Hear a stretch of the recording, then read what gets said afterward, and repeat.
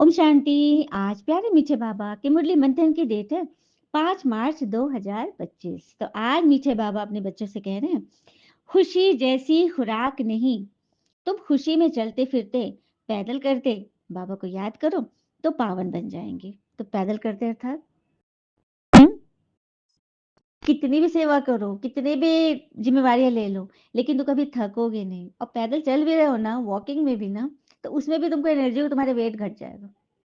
शरीर का वेट तो घटेगा ही, अगर बाबा की याद में रहेंगे तो मन का वेट भी घट जाएगा, जो कि भारी हो जाता है। तो खुशी, सबसे पहले खुशी कम हो जाती है, होती है ना। हाँ, तो उसी से बचना है।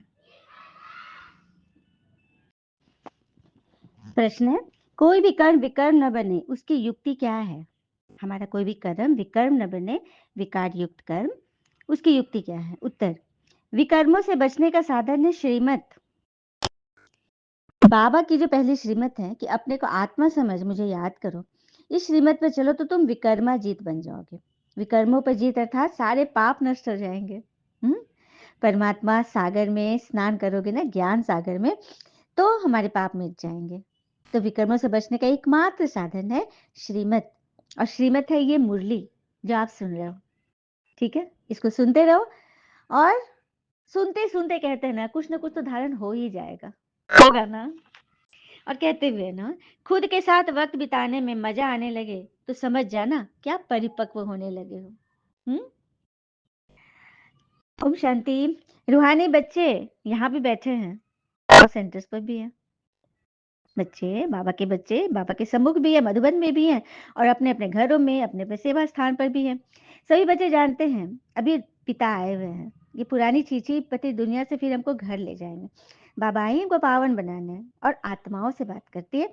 आत्मा ही कानों से सुनती है, क्योंकि बाबा को अपना शरीर तो है नहीं। हाँ, बाबा किनके शरीर से बोल रहे हैं?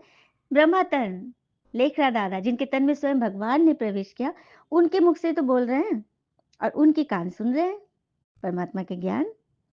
देखिए आगे बोल रहे बाबा, मैं साधारण तन में आकर तुम बच्चों को पावन बनने की युक्ति बताता हूँ।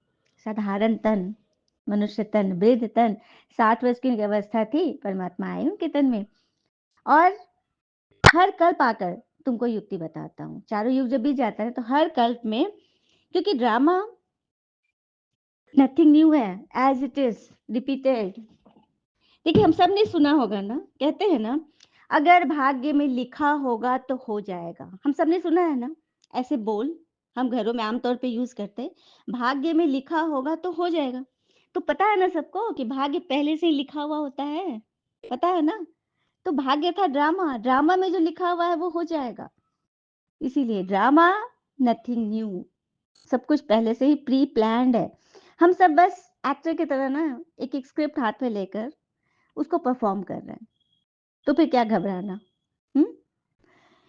कलयुग को कहा ही जाता है दुख धाम, सुख धाम है कृष्णपुरी स्वर्ग। वहां ले जाने के लिए पढ़ाई भगवान हमसे करा रहे हैं। हमें वहां वहां के लायक बना रहे हैं। बाबा कहते हैं तुम घर में भी स्कूल बना सकते हो, पावन बनना और बनाना।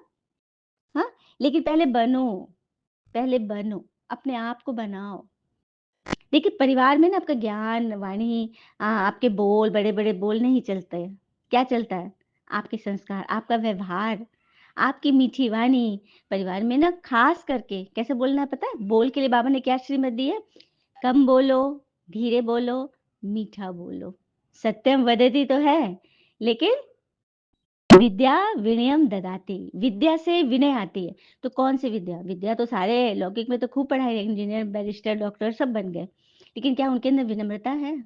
तो ये विद्या, आत्मा की जो पढ़ाई है, ये विद्या परमात्मा की पढ़ाई, उस विद्या को यदि हम धारण करेंगे जीवन में तो विनम्रता आएगी। और हमें देखकर, हमें सुनकर, हमें फील करके, महसूस करके, हमें आजमा के लोग भगवान तक पहुंचेंगे। सुना, हम ही वो सीढ़ी है जिस पर चढ़कर लोग भगवान तक पहुंचेंगे।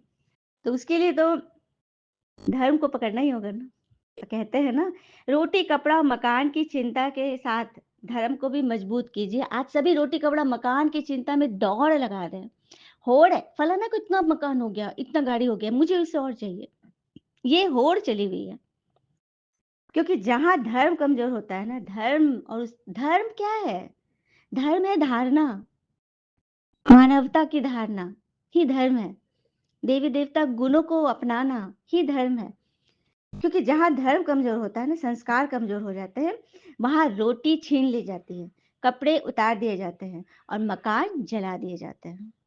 तो सच्चा, सनातन, आदि देवी-देवता धर्म को अपनाइए, जो ये मुरली हमें सिखा रहा है। इससे क्या होगा ना कि हमारे जीवन में विघ्न आएँगे भी, लेकिन यदि परमात्मा को हाज़िर-नाज़िर कर दें, उनको ज़िम्मेदारी सौंप दें, तो वो फांसी लगने वाली होगी ना, तो भी मामूली सा काँटा बन के रह जाएगा।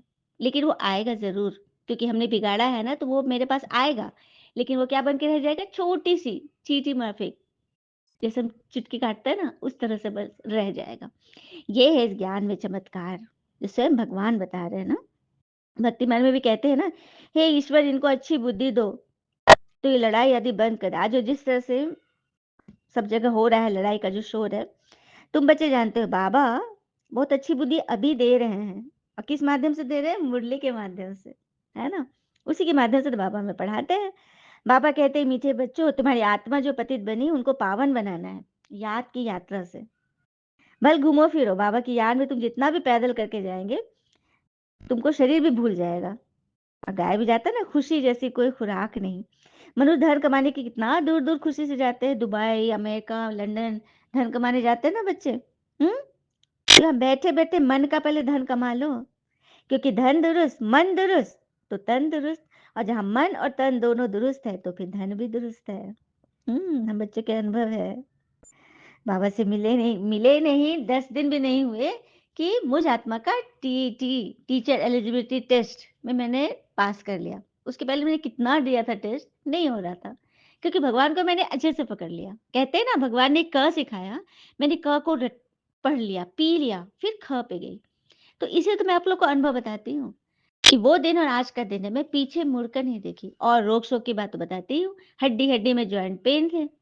क्योंकि कहते हैं ना मन में गाँठ तो तन में गाँठ, एक-एक गाँठ बाबा ने खोलते चले गए। क्योंकि जो भी कमी जो थी ना, वो हमारे मन की थी, विचारों की थी। किसी ने कुछ बोला, टोका, बस हमने बात पकड़ के बैठ गए। उसको साट लिया मन बुद्धि में, मन चित्त पर, तो उसी से तो बीमारियाँ होती हैं, है ना? आज देखिए क्या बात है ना? तो मैं इसीलिए बताती हूँ अनुभव, ताकि आप सब भी समझें, फ़ील करें कि ये मुरली अमृत की धारा है धारा, जो देती दिलों को सहारा। भूले जीवन में हो जाए शिव बाबा मुरली में समझाए, तुम्हें देवता बनना है प्यारा, देखो गलती न करना दोबारा। हो मुरली अमृत की धारा है धारा, जो देती दिलों को सहारा। तो सुना मुरली की महिमा। हम्म तो क्या भगवान का प्यार, भगवान की प्राप्तियां सिर्फ हमारे लिए है? पूरे बच्चों के लिए, पूरी सृष्टि के लिए, लेकिन सबको पता तो चले कि भगवान आ गए हैं। हाँ, कल बाबा ने बोला था तुम बच्चे सच्चे सच्चे मैसेंजर हो, पैगंबर हो, सबको ईश्वर का पैगाम दे रहे हो, भगवान का पता दे रहे हो भाई। अब कोई ले न ले, उनकी चॉइस। तुम्हें तुम बताते हो ना सुप्रीम पिता हमें कितना ऊंचा पढ़ाते हैं, हर एक की चाल चलन को भगवान समझ देते हैं, समझ जाते हैं ना। मीठे बच्चे, अपनी और दूसरे की तकदीर बनानी है तो रहम दिल का संस्कार धारण करो। जैसे बाबा रहम दिल है, तब टीचर बनकर तुमको पढ़ाते हैं। हमने कितनी गलतियां की, बार बार बाबा सिखाते हैं, फिर हम गिरते हैं, फिर भी बाबा रहम दिल बनकर हमको पढ़ा रहे हैं ना। कोई बच्चे अच्छी रीति पढ़ते और पढ़ाते हैं, तो वैसा तुमको भी बनना है। कोटो में कोई में कोई का जो गायन है ना, वो तुम्हारा भी हो सकता है। हम्म फिर बाबा कह रहे हैं, दुनिया में तो कह देते हैं कि परमात्मा ब्रह्म तत्व है, और हम कहते हैं वो तो बिंदी है। साधु संत से पूछो तो कह देंगे, कह रहे ब्रह्म, ब्रह्म से वो लोग योग लगाते हैं, ब्रह्म। और ब्रह्म तो है भगवान के रहने का घर। हाँ, तत्व से योग लगाते, छठा तत्व है ब्रह्म तत्व, तत्व से योग लगाते। इसलिए तो बाबा कहते साधु संत सबको बताओ कि मैं आ गया हूँ, कि भक्ति के फल में ही तो आया हूँ। कई लोग से जब हम लोग बताते हैं, ज्ञान सुनाते, रास्ते चलते, कहते हम शिव चर्चा में हैं, तो हम यही कहते हैं, शिव चर्चा किए, तभी तो शिव आ गए हैं। उसी चर्चा से ही तो शिव आ गए आपसे मिलने के लिए। मिल तो लो, सुन तो लो कि बाबा क्या कह रहे हैं। तो बाबा हम बच्चे कहते हैं ना, बाबा अर्थात शिव, शिव बाबा, पिता, हमारी आत्मा का पिता। तो हम लोग और ही शॉर्ट करके बाबा बोलते हैं, क्योंकि बाबा से ना फ़ैमिलियरिटी का शो होता है। और ये ईश्वर, भगवान, प्रभु, खुदा, मालिक, साईं, ये सब उनकी उपाधियाँ हैं, जो अलग-अलग भाषा में हमने दिया है। एक्चुअल में तो वो हमारी आत्मा का पिता है, परमात्मा शिव, है ना? परमपिता। बाबा ने ये भी बात पे जोर दिया है कि भगवान रख लेते हैं नाम, ईश्वर रख लेते हैं, ईश्वर चंद्र, दया सागर सब है ना नाम, लेकिन परमपिता किसी ने नहीं रखा है आज तक। प्रजापिता भले रख लिए, लेकिन परमपिता नहीं रखे। चलिए, एक चीज़ बाबा के हिस्से में आ गई है ना, क्योंकि बाबा तो कुछ लेते ही नहीं ना इस दुनिया का। तो तुम्हें माया जीत जगत जीत बनना है। बाबा कहेंगे तुम माया से हार गए, तो समझेंगे तुम्हारी तकदीर ही खोटी है। लेकिन नहीं, खोटा सिक्का भी चलता है। एक बड़ा अच्छा-सा कहानी है। एक बार एक व्यक्ति को किसी कोई सामान खरीदने गया किराना दुकान में, तो उसने ₹1 का सिक्का था, दिया तो, "साहब, ये तो खोटा सिक्का है, नहीं चलेगा।" तो, "नहीं चलेगा?" कैसे पता कि खोटा है? तो जहाँ पे नंबर है ना, वहाँ पे घिसा हुआ है, कुछ होता होगा निशानी, तो नहीं चला। फिर सोचा कि चलो दूसरे से चला, कहीं नहीं चला। तो घर आए, पत्नी को दिया, देखो ना एक खोटा सिक्का है हमारे पास, तो नहीं चलता है। उसी तरह से देखो ना हमारे 2 बेटे हैं, एक बेटा तो कितना अच्छा नौकरी कर रहा है, 3 बेटे, 2 बेटे नौकरी कर रहे, बाहर-बाहर रह रहे हैं और ये एक बेटा जो है, जो उसके साथ रहता है, ये तो मेरा लगता है खोटा ही सिक्का है, कहीं चलता ही नहीं है, मतलब ये कुछ करेगा ही नहीं है, मेरे कमाई पर ऐश करेगा। ऐसा करके उसके मन में धारणा थी। एक दिन उसके हस्बैंड को बहुत ज़ोर से, मतलब उस पिता को हार्ट अटैक आ गया। माइल्ड, पत्नी तो परेशान, क्या करे क्या करे? बेटा घर पे ही था छोटा वाला। वो उठा, अपने दोस्तों को बुलाया और एडमिट किया पापा को और रात भर सेवा किया। सुबह जब उठा तो देखा कि बेटा ऐसे ऊँघा हुआ है। तो जो अटेंडेंट जो आया हॉस्पिटल में, तो बोला कि अब कैसी है आपकी तबीयत? बोले मुझे ठीक लग रही है। अरे! आपके इस बे कौन है? आपका बेटा है ना, रात भर आपकी सेवा करता रहा, आपको बुखार था तो पट्टी बदलते रहा, मतलब आपके लिए पूरा एकदम ड्रिप को पकड़ कर एकदम बैठा रहा। एक पलक नहीं झपका इसने। ये सच में आपका मतलब ये बच्चा सबसे मतलब लायक है। तो ये सोचा कि जब पत्नी तबीयत खराब हुआ था, तो उसने दोनों बेटों को जो फ़ोन किया था पत्नी ने, तो बोला कि पापा मैं तो यहाँ हूँ, मीटिंग में हूँ, ये हूँ, आता हूँ। मतलब कोई आ नहीं पाया, लेकिन ये जो खोटा सिक्का जिसको बोलता था, वही चल निकला। इसीलिए कभी किसी चीज़ पर ऐसे ब्लेम नहीं करना है, लेबल नहीं लगाना है कि ये तो चल ही नहीं सकता है। कब कौन चल दे, ये तो कह ही नहीं सकते, है ना? और कहते भी ना, ये वो दौर है साहब, जहाँ इंसान गिर जाए तो हँसी निकल जाती है और मोबाइल गिर जाए तो जान ही निकल जाती है। होता है ना? ये वो दौर है। तो यहाँ पे तो भगवान का सहारा तो बहुत ज़रूरी है ना? हुँ? अच्छा, मीठे बच्चों प्रति भगवान की नमस्ते, हम बच्चों के भी प्यारे बाबा को नमस्ते। धारणा के लिए मुख्य सार, पहले पॉइंट, अपनी ऊंची तकदीर बनाने के लिए रहमदिल बन पढ़ना और पढ़ाना है। कभी भी किसी आदत के वश हो अपना रजिस्टर खराब नहीं करना है। सुन लिया? दूसरी पॉइंट, मनुष्य देवता बनने के लिए मुख्य है पवित्रता, इसलिए कभी भी पतित बन अपनी बुद्धि को मलिन नहीं करनी है। ऐसा कर्म न हो जो दिल अंदर खाता रहे, पश्चाताप करना पड़े, किसी के बारे में कुछ अनाप शनाप उल्टे सुलटे बोल न निकले, फिर पश्चाताप होता है ना, वरदान है। बीज रूप स्थिति द्वारा सारे विश्व को लाइट का पानी देने वाले विश्व कल्याणकारी भव। बीज रूप स्थिति द्वारा सारे विश्व को लाइट का पानी देने वाले विश्व कल्याणकारी भव। तो बीज रूप स्टेज सबसे पावरफुल स्टेज है, अर्थात बीज में तो पूरे वृक्ष का सार छिपा होता है ना कोई बीज में। उसी तरह आत्मा रूपी बीज सबसे पावरफुल है, उसको लाइट हाउस से कनेक्ट कर दो। हम्म, तो आप लाइट फैलाने के निमित्त बन जाओगे। जैसे बीज द्वारा स्वतः ही सारे वृक्ष को पानी मिल जाता है ना, ऐसे जब आप बीज रूप स्टेज पर स्थित रहते हो आत्मा रूप में, तो पूरे विश्व को लाइट का पानी मिलता है, समझिए? क्योंकि आपके अंदर से क्या वाइब्रेशन निकल रहा है, पॉजिटिविटी। आप सुख में हो, शांति में, आनंद में, आपके अंदर कोई कचरा नहीं है, तो आपकी जो वाइब्रेशन निकल आपकी श्वासों से जो जा रही है ना प्रकृति में, उससे सेवा हो रही है और प्रकृति को अच्छा लग रहा है। और प्रकृति तुम्हारी माँ है ना, माँ रूप में भगवान ने माँ के पास ही हमें छोड़ा था, प्रकृति की गोद में तो बाबा हमें रख के गए थे परम धाम में। माँ ने मेरे संभाल की, लेकिन हम बच्चे जब विकारों से गिर गए, क्वेश्चन, दर्द, चिंता, परेशानी इतना कर लिए, तो हमारे अंदर से क्या निकला, नेगेटिव वाइब्रेशन। उस वाइब्रेशन से प्रकृति दूषित हुई। चलिए, हमने प्रकृति को दूषित के 3-4 पॉइंट सब जानते हैं। कैसे वातावरण दूषित होता है, air pollution, water pollution, noise pollution, smoke pollution. एक पॉल्यूशन बाबा ने बताया वो है थॉट पॉल्यूशन, विचारों की अशुद्धि। उससे माँ हमारी ज़्यादा दिक्कत में आ गई।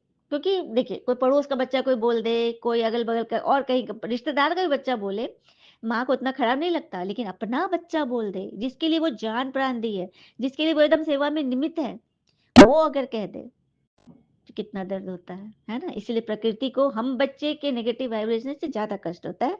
तो हमने सारा बिगाड़ा है, क्योंकि गिरे हम ही लोग सबसे पहले, तो हमें ही तो सुधार करना है ना? तो बीज रूप स्थिति में स्थित रहेंगे ना, तो प्रकृति को भी पानी मिलेगा, है ना? और ड्रामा पे क्वेश्चन नहीं करना है, क्वेश्चन नहीं। ड्रामा में जो कुछ है एज़ इट इज़ है, पर्दे नहीं फाड़ने कि विलेन इतना गंदा रोल कर रहा है, फाड़ दो। अरे थोड़ा-सा दिमाग लगाओ, वो तो रील चल रहा है। उसी तरह से समझिए ड्रामा में कोई सीन जो हमारे जीवन में आ रहा है, परिस्थितियाँ आ रही है, वो रील चल रहा है और हमें उसमें एकदम बेस्ट पार्ट प्ले करना है भगवान के लिए। हीरो पार्ट प्ले करेंगे, अवार्ड देने वाला भगवान है। तो करेंगे ना विश्व का कल्याण के लिए, विश्व को लाइट का पानी देंगे ना बीज रूप स्थिति में स्थित होकर, और क्या कहलाएंगे, विश्व कल्याणकारी। स्लोगन, एडजस्ट होने की शक्ति नाजुक समय पर पास विद ऑनर बना देगी। एडजस्ट होने की जब शक्ति हम सीख लेंगे, हर एक के साथ हमको एडजस्ट करना है, हमें किसी से कुछ नहीं चाहिए, हमको बढ़कर देना है। तो ये शक्ति हमें नाजुक समय पर पास विद ऑनर देगी। यही तो, इसी का तो पेपर आएगा जिसमें हमें जीतना है। अब व्यक्तिशारे सत्यता और सभ्यता रूपी कल्चर पर आज की पॉइंट है, परमात्म प्रत्यक्षता का आधार है सत्यता, क्योंकि परमात्मा सत्य है। सत्यता से ही प्रत्यक्षता होगी, भगवान प्रत्यक्ष होंगे। एक स्वयं की स्थिति की सत्यता, पहली है अपनी स्थिति की सत्यता, दूसरी सेवा की सत्यता। तो सत्यता का आधार है स्वच्छता और निर्भयता। इन दोनों धारणाओं के आधार से सत्यता द्वारा परमात्म प्रत्यक्षता के निमित्त बनो। किसी प्रकार की अस्वच्छता, क्यों, क्या, कैसे, ऐसे बाबा ने बोला ना, वाई वाई नहीं, फ्लाई फ्लाई करो, फ्लाई फ्लाई, उड़ जाओ, कारण से ऊपर उड़ जाओ। जरा भी सच्चाई सफाई की कमी होगी तो कर्तव्य सिद्ध नहीं हो सकते, क्योंकि अभी कर्तव्य भगवान के कर्तव्य है नरक को स्वर्ग बनाना, इसमें हम सब निमित्त हैं। हाँ, निमित्त है, भगवान के कार्य मददगार है। अच्छा, ओम शांति। शुक्रिया बाबा, शुक्रिया बच्चे, ओम शांति।